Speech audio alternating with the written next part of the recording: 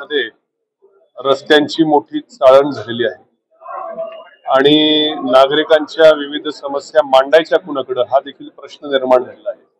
कारण 2021 पासून या नगरपालिकेची निवडणूक झालेली नाही. या नगरपालिकेवर राज्य शासनाने नेमलेला प्रशासक हेच नगराध्यक्ष, हेच मुख्याधिकारी आणि तेच नगरसेवक असं म्हणून इथले जे मुख्याधिकारी आहेत ते इथला प्रशासक म्हणून कारभार बघतात. पण दुर्दैव असं या एवढ्या मोठ्या जिल्ह्यातल्या एवढ्या मोठ्या आणि महत्वाच्या नगरपालिकेला आज भारतीय जनता पक्षाच्या राज्यामध्ये पूर्ण वेळ मुख्याधिकारी देखील नाही.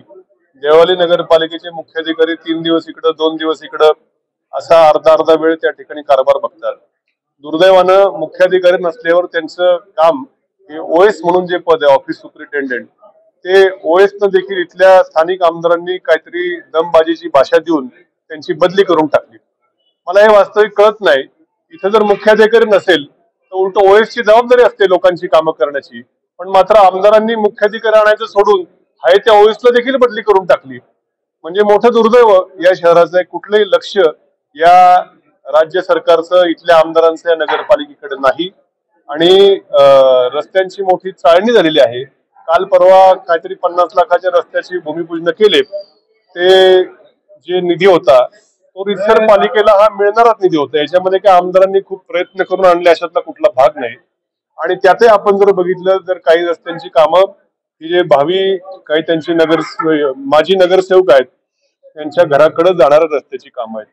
जो की रस्ता आधीच झाला होता, फक्त भूमिगत गटर योजनेमुळे थोडासा खड्डे पडले, ते भूमिगत गटर योजनेवाल्यांनी बुजून दिला असता तरी तिथं हा निधी खर्च करण्याची काय आवश्यकता नव्हती. नव्या पेठेतले रस्ते मेन रस्ते एवढे खराब झालेले असताना इथले त्यांच्या पक्षाचे माजी नगरसेवक हे स्वतःच्या घराकडे जाणारे रस्ते करण्यामध्ये मशगूल आहेत.